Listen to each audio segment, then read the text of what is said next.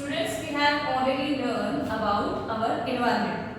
There are many things in our environment. Some are living things and some are non-living things. काही living things आहेत आणि काही non-living things आहेत. तर आपण बघितलं होतं की आपण बऱ्याचशा गोष्टी या एन्व्हायरमेंट मध्ये वापरत असतो. आपण एन्व्हायरमेंटवर डिपेंड असतो. आपणच फक्त नाही तर अनेक ॲनिमल्स आणि प्लांट सुद्धा एन्व्हायरमेंटवर डिपेंड असतात. कारण अनेक एन्व्हायरमेंट मधल्या गोष्टींचा आपल्याला खूप मोठ्या प्रमाणात उपयोग होत असतो. मग असंच आपला त्यांच्याशी एक संबंध असतो, एक रिलेशन असतं आपलं आणि एन्व्हायरमेंटचं. तसंच इतरही सगळ्या लिव्हिंग थिंग्सचं आणि एन्व्हायरमेंटचं रिलेशन असतं. मग आपण या लेसनमध्ये काय बघणार आहोत, inter relationship between living things. म्हणजेच लिव्हिंग थिंग्स मध्ये असलेला परस्पर संबंध म्हणजे तर आपण इंटर रिलेशनशिप असं म्हणतो. मग आपण कोणत्या कोणत्या गोष्टींचा उपयोग करतो, तर पहिला आपण बघणार आहोत की एन्व्हायरमेंट मध्ये प्लांट्स हे आपल्याला खूप युजफुल आहेत. त्यातले काही प्लांट्स मी दिलेले आहेत की त्या प्लांट्सचा आपण कसा उपयोग करतो. आता इथे बघा तर पहिल्या बीटल वाईन. बीटल वाईन म्हणजे नागवेल. Betel vine is used as antiseptic and for breath freshener. एक अँटीसेप्टिक आणि मुखशुद्धीकरण म्हणजे त्याला ब्रेथ फ्रेशनर असं म्हणतो, त्यासाठी बीटल वाईनचा यूज होतो. फ्लेम ऑफ द फॉरेस्ट त्याला आपण पळस असं म्हणतो. मग फ्लेम ऑफ द फॉरेस्ट म्हणजे पळस is used in skin disorders and eyes diseases. जर तुम्हाला आईज मध्ये स्वेलिंग वगैरे असेल, सूज वगैरे असेल तर याचा खूप मोठा उपयोग आपल्याला होतो फ्लेम ऑफ द फॉरेस्ट म्हणजे पळसचा. त्यानंतर आहे फेनुग्रीक मेथी. Fenugreek is used in lowering blood sugar and to reduce cholesterol. म्हणजे फेनुग्रीकचा वापर करून आपल्या ब्लड मधली जर शुगर वाढली असेल तर ती कमी करण्यासाठी किंवा कोलेस्ट्रॉल जर वाढलं असेल तर ते कमी करण्यासाठी फेनुग्रीकचा खूप मोठा. नाउ नेक्स्ट इज वसाका मीन्स अडुळसा. वसाका is home remedy for cough. म्हणजेच खूप वर्षांपासून कफ जर झाला असेल तर वसाका लीव्हचा एक चांगली होम रेमेडी म्हणजे घरगुती उपाय म्हणून आपण याचा उपयोग करतो.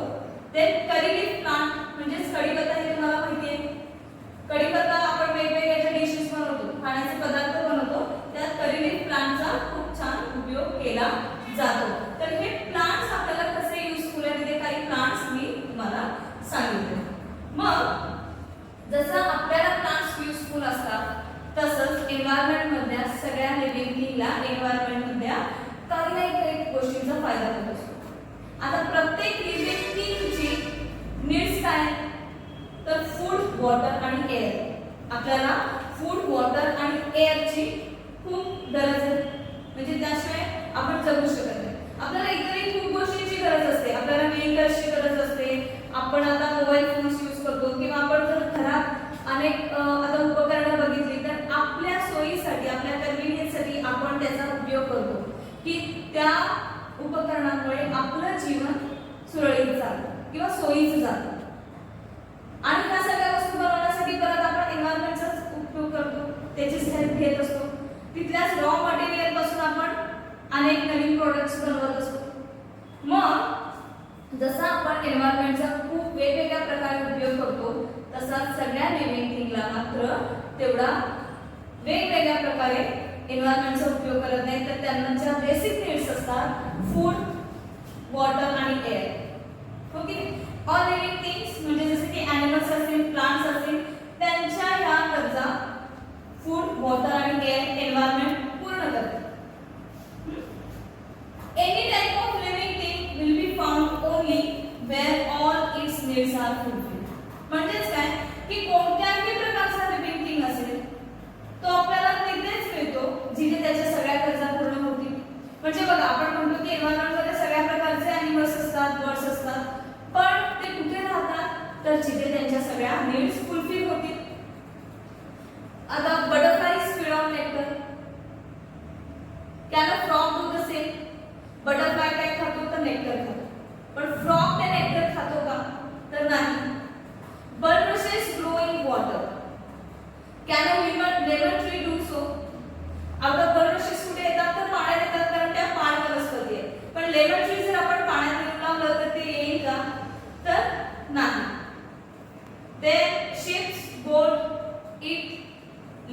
Plant. Can a tiger do so? Tiger कसं करेल का? टायगर लीव्स खाऊ शकतो का? तर नाही. वेगवेगळ्या ॲनिमल्सचं फूड वेगवेगळं असतं, त्याच्या गरजा वेगवेगळ्या असतात आणि या सगळ्या गरजा कुठे पूर्ण होतील तिथेच ते ॲनिमल्स आपल्याला पाहायला मिळतात. स्टुडंट्स, आपण बघत आहोत inter relationship between all living things. म्हणजे लिव्हिंग थिंग्स एकमेकांशी काय संबंध आहे त्याचं ते आपण बघतो. त्यात आपण बघितलं की ते बेसिक नीड्स कोणत्या आहेत तर फूड, एअर आणि वॉटर हे प्रत्येक लिव्हिंग थिंग्सच्या नीड्स आहेत. मग आपण एन्व्हायरमेंट मधल्या प्लांट्सचा कसा यूज करतो हे पण आपण बघितलंय. आता आपण बघणार आहोत की ॲनिमल्स आपल्याला कोणत्या कोणत्या प्रकारे मदत करतात. मग गोट असेल, काऊ, बफेलो, ते गिव्स अस मिल्क. आपल्याला ते काय देतात? मिल्क देतात. Dog guards our home. Dog घराची राखण करतो. We get wool from sheep. आपल्याला शीप पासून वूल मिळते. असं वेगवेगळ्या प्रकारे आपल्याला ॲनिमल्स मदत करत असतात. त्यानंतर ॲनिमल्स आणि दुसऱ्या प्रकारे कसं मदत करतात तर एक्सक्रेटा. एक्सक्रेटा म्हणजे काय तर आपल्याकडे जे डोमेस्टिक ॲनिमल्स असतात जे काऊ, बफेलो, शीप वगैरे आपण पाहतो त्यांचे एक्सक्रेटा म्हणजे जी विष्ठ असते त्याचा सुद्धा आपल्याला उपयोग आहे. आता त्याचा कसा उपयोग आहे? एक्सक्रेटा ऑफ डोमेस्टिक ॲनिमल्स मध्ये काय येतं? डंग ऑफ कॅटल म्हणजे जे काऊ, बफेलो असतात त्यांचं डंग म्हणजे शेण किंवा मग पेलेट्स ऑफ शेप. त्याला आपण मेंढ्यांच्या लेंडी असं म्हणतो. पेलेट्स म्हणजे लेंडी. मग डंग ऑफ कॅटल्सचे सुद्धा आपल्याला खूप युजेस आहेत. त्या कॅटल्सच्या गुरांच्या शेणापासून सुद्धा आपल्याला खूप उपयोग आहे. तर कसा उपयोग आहे? Uses of Dang of cattle बघायचे आपण. त्याच्यापासून आपण डंग केक्स म्हणजे शेण्या बनवतो. शेण्या म्हणजे काय तर ते जो डंग असतो तो वाळवून त्याचे आपण डंग केक्स बनवतो. त्या ॲज अ फ्युएल वापरला जातो. इंधन म्हणून चुलीमध्ये या डंग केक्सचा वापर केला जातो. त्यानंतर गोबर गॅस बनवला जातो. हे जे डंग आहे त्याच्यापासून गोबर गॅस बनवला जातो आणि हा गोबर गॅस स्वयंपाकघरातही वापरला जाऊ शकतो. त्यानंतर plastering of mud houses. Plastering mud houses म्हणजे काय? जी मातीची घरं आहेत. म्हणजे आता आपल्याकडे सिमेंटची घरं असतात पण अजूनही काही खेड्यांमध्ये किंवा या आधी सगळीकडे मड हाऊसेस बघा म्हणजे मातीची घरं असायची. तर या मातीच्या घराला प्लास्टर करायला सिमेंट वापरत नव्हते. तर मातीच्या घराला प्लास्टर करण्यासाठी डंग म्हणजेच कॅटलचे शेण वापरत होते, डंग वापरत होते. म्हणजेच त्याचा यूज काय? Plastering mud houses. मेकिंग मॅन्युअर्स. मॅन्युअर्स म्हणजे खत. जे आपण झाडांना खत घालतो, शेतीला खत वापरतो त्याला म्हणायचं मॅन्युअर. तर हे मॅन्युअर या शेणापासून तयार होतं. हे शेण जर आपण वाळवलं तर त्यापासून एक चांगलं खत तयार होतं. आता हे आपण डंगचे युजेस बघितले. त्यानंतर पेलेट्स ऑफ शीप.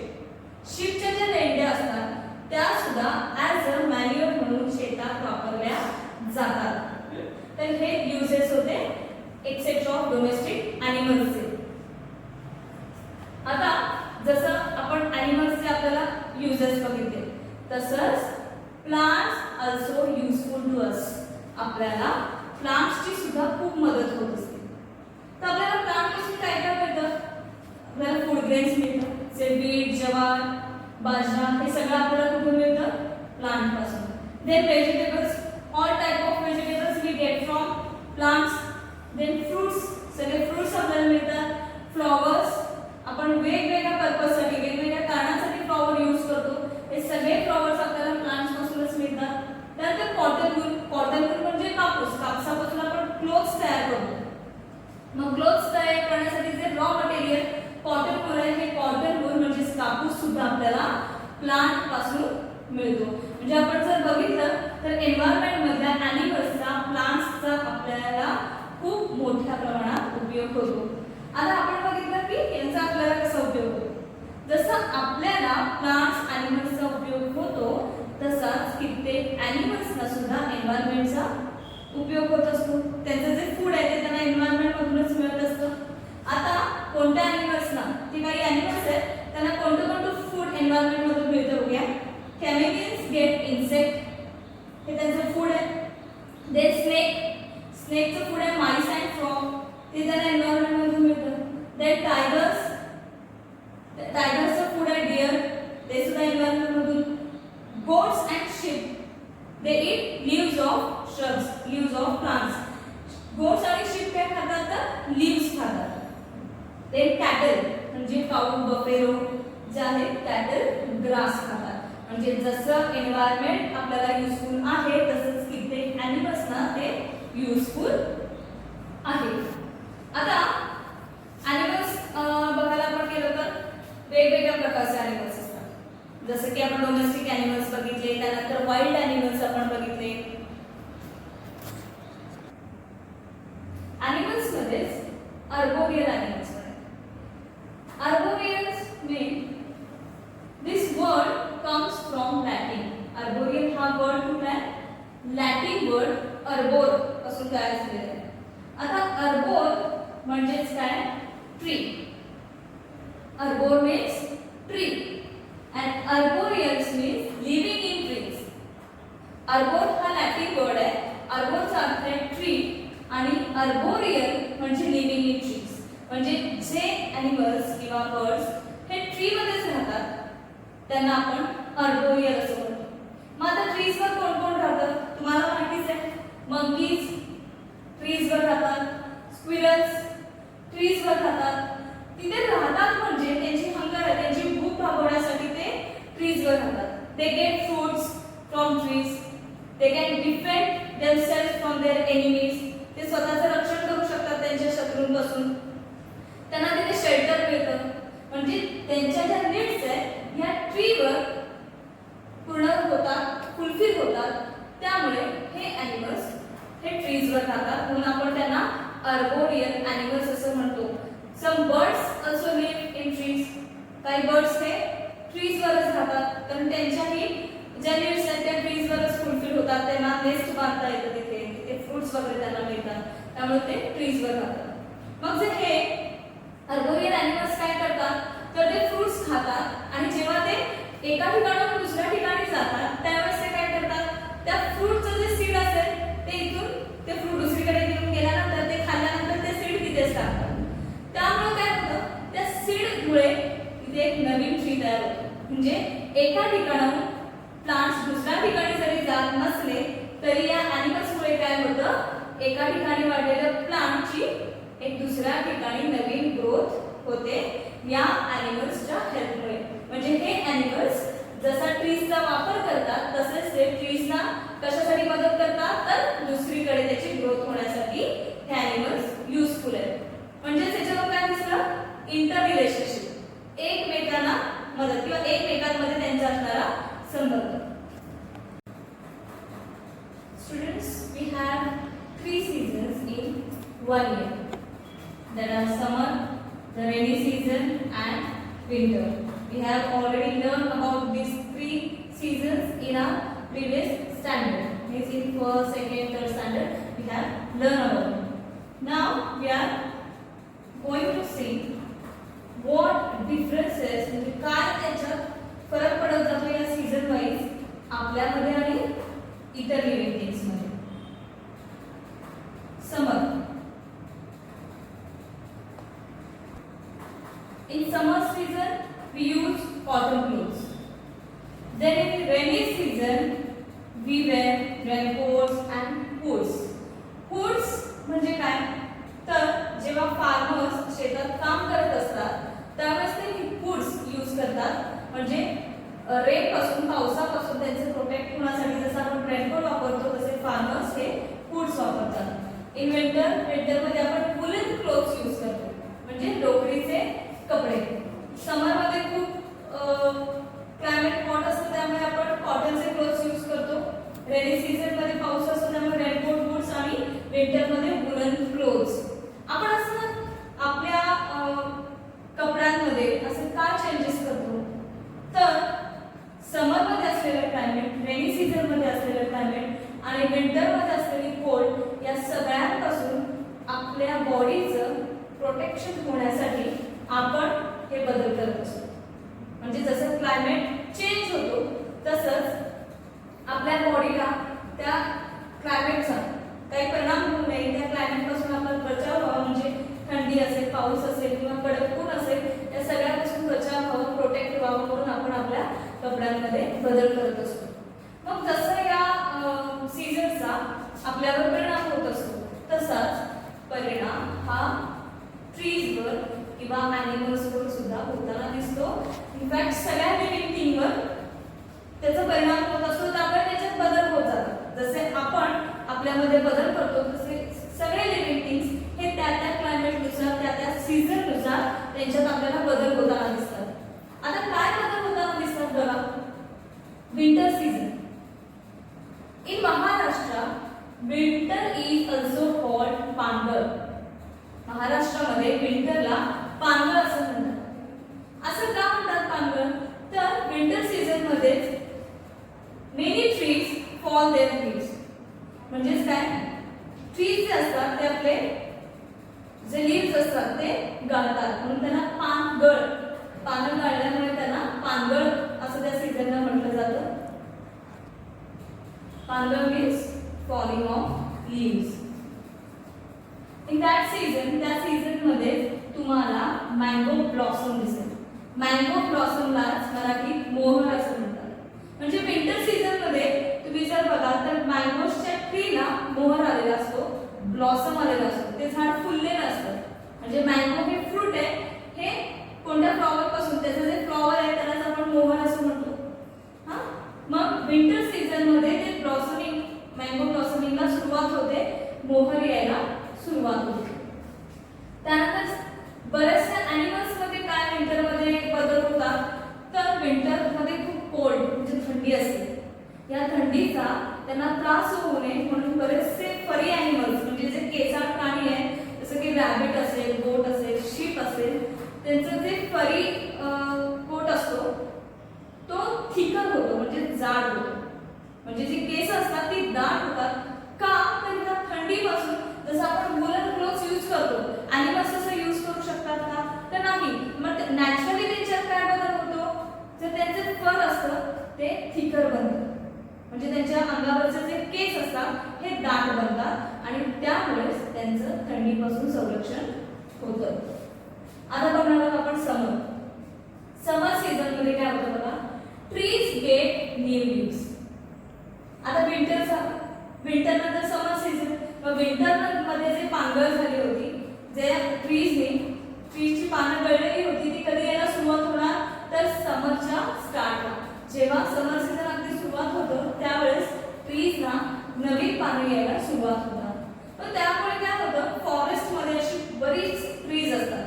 त्या सगळ्या ट्रीजना जे कोवळी म्हणजे टेंडर लीव्स असतात, कोवळी जी पानं असतात, ती नवीन आल्यामुळे forest appear to have taken on copper color. आपोआप आपल्याला फॉरेस्टला किंवा जंगलला एक कॉपर कलर आलेला दिसतो. कॉपर कलर का आलेला दिसतो? कारण की नवीन पानं जी कोवळी पानं आलेली असतात त्यांचा एक रेडिश कलर असतो, एक लालसर त्यांना कलर असतो त्या कोवळ्या पानांना, म्हणून फॉरेस्टला एक कॉपर कलर आलेला आपल्याला दिसतो. त्यानंतर समर मध्ये कोणते कोणते नवीन फ्रुट्स येतात, तर समर सीझन मध्ये मँगोज आपल्याला दिसतात. विंटर मध्ये ते ब्लॉसम आलेलं असतं, मँगो ब्लॉसम, तर समर मध्ये आपल्याला मँगोज मिळतात. त्यानंतर वॉटरमेलन्स अँड कॅशनट्स. कॅशनट्स मोस्टली आपल्याला कोकण रिजन मध्ये बघायला मिळतात. तर हे झाले समर मध्ये आपल्याला एन्व्हायरमेंट मध्ये काय बदल दिसतो ते आपण बघितलं. Then rainy season. रेनी सीझनच्या अगदी सुरुवातीला म्हणजे आता समर सीझन संपला आणि जस्ट आता रेनी सीझन सुरू झाला, त्यावेळेस आपल्याला जॅकफ्रूट्स, जामुन्स म्हणजे जावा प्लम्स आणि करमरगर यासारखे फ्रुट्स मिळतात. हो की नाही. रेनी जस्ट असे क्लाउड्स आले, काळे ढग वगैरे आलेले असतात आणि मग रेनी सीझनला सुरुवात होते. मग सुरुवातीलाच आपल्याला हे फ्रुट्स आपल्याला बघायला मिळतात. त्यानंतर पावसाळ्यात आपल्याला ॲनिमल्स मध्ये फ्रॉग्स दिसतात. फ्रॉग्स अपीयर म्हणजे पावसाळ्यामध्ये तुम्हाला फ्रॉग्सचं क्रॉपिंग ऐकू येतं. म्हणजे त्यांचे जे डराव करतात हे आपल्याला ऐकू येतं. फ्रॉग्स हे फक्त रेनी सीझन पुरतच आपल्याला दिसतात. त्यानंतर कुठे जातात ते? तर रेनी सीझन नंतर परत काय येणार बघा. रेनी सीझन नंतर परत विंटर. मग जे रेनी सीझन नंतरचं विंटरचं जे क्लायमेट असतं हे फ्रॉग साठी सुटेबल नसतं, ते त्यांच्यासाठी चांगलं नसतं. मग त्यामुळे हे जे फ्रॉग्स जमिनीच्या खाली खोलवर जातात. मग हे जमिनीच्या खाली खोलवर किती महिने असतात तर प्रत्येक सीझन अप्रॉक्सिमेटली 4 मंथ्सचा असतो, 4 महिन्याचा असतो. मग हे फक्त रेनी सीझनचे 4 मंथ्स फ्रॉम्स दिसल्यानंतर नंतरचे 8 मंथ्स ते अंडरग्राऊंड असतात, म्हणजे जमिनीच्या खाली खोलवर ते असतात. जसं आपल्यावर किंवा अॅनिमल्सवर किंवा प्लांट्सवर या सीझन्सचे परिणाम होतात किंवा वेगवेगळे बदल होतात या सीझननुसार, तसंच ॲग्रिकल्चरमध्ये सुद्धा आपल्याला बदल बघायला मिळतात. म्हणजे समर, विंटर आणि रेनी सीझनमध्ये फार्ममध्ये होणारे टास्क म्हणजे शेतामध्ये होणारी कामं ही आपल्याला वेगवेगळी दिसतात. म्हणजे रेनी सीझनमध्ये घेण्यात येणारे क्रॉप्स, विंटरमध्ये घेण्यात येणारे क्रॉप्स हे वेगवेगळे असतात. म्हणजे आपल्याला ॲग्रिकल्चरमध्ये सुद्धा सीझन वाईज बदल करावा लागतो. तर या लेसनमध्ये आपण बघितलं की वेगवेगळ्या लिव्हिंग थिंग्स हे एकमेकांवर कसे डिपेंड असतात, त्यानंतर सीझनचा सगळ्या लिव्हिंग थिंग्सवर काय परिणाम होतो,